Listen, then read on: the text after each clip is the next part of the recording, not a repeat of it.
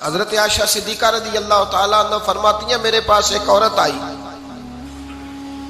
تو میں نے اسے اس کے ساتھ 2 بیٹیاں تھی اس کی، میرے پاس 3 کھجوریں تھی، میں نے اس بی بی کو دے دی، 2 بیٹیاں تھیں۔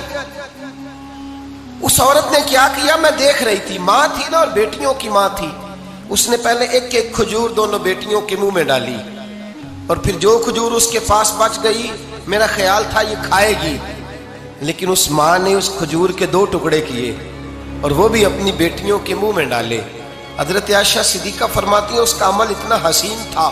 اس بی بی کے اس عمل کے اندر اتنا حسن تھا کہ میری آنکھوں میں بھی وہ بات رہ گئی، دل میں بھی رہ گئی، روح میں بھی سما گئی۔ اس کے حسن اور تاثیر کو میں بھلا نہ سکی، شام تک وہ کیفیات، وہ انداز، وہ اس عورت کا طرز، اس کا وہ انداز میری طبیعت کے اندر بار بار مجھے اس کی طرف متوجہ کرتا رہا۔ شام کو محبوب تشریف لائے،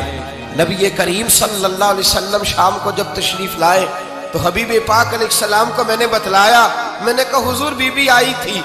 اس کا چہرہ بتا رہا تھا کہ بھوکی ہے، لگ رہا تھا کئی دنوں سے کھانا نہیں کھایا، 3 کھجوریں تھی ہی میرے پاس 3، 2 بیٹیوں کو دے دی، وہ کھا سکتی تھی، لیکن یا رسول اللہ صلی اللہ علیہ وسلم اس نے کھائی نہیں، وہ بھی کھجور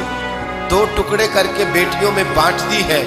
حضرت عائشہ کہتی ہے دیر تک حضور میری بات کو سنتے رہے، دیر تک میری طرف دیکھتے رہے، اس تصور کو، بیٹی کے پیار کے اس ذائقے کو دیر تک محبوب محسوس کرتے رہے، اور پھر فرمایا عائشہ جو دنیا میں بیٹیوں کی وجہ سے آزمایا جائے گا، جب قیامت کا دن آئے گا تو رب اس سے حساب نہیں لے گا، بے حساب ہی جنت میں داخل فرما دے گا۔ اللہ پھر اس سے حساب نہیں لے گا جو بیٹی کے سبب سے آزمایا جائے۔ یعنی حضور نے باپ کو کہا کہ بیٹی کو مصیبت نہ سمجھنا، اگر کبھی اس کے میکے سے جھگڑے کا پیغام بھی آ جائے، اگر کبھی دوبارہ تجھے اس کی طرف پلٹ کر جانا بھی پڑے۔ میرے نبی پاک صلی اللہ علیہ وسلم سے کسی صحابی نے کہا تھا یا رسول اللہ بہترین صدقہ کون سا ہے؟ حضور بہترین صدقہ کون سا ہے؟ وہ میرا مال جو اللہ کے راستے میں خیرات کروں تو رب مجھے زیادہ اجر عطا کرے، وہ کون سا ہے؟ تو میرے نبی پاک نے فرمایا اگر تیری بیٹی واپس لوٹ آئی،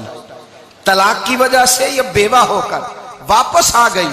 اور تجھے اس لوٹنے والی بیٹی پر کچھ خرچ کرنا پڑا،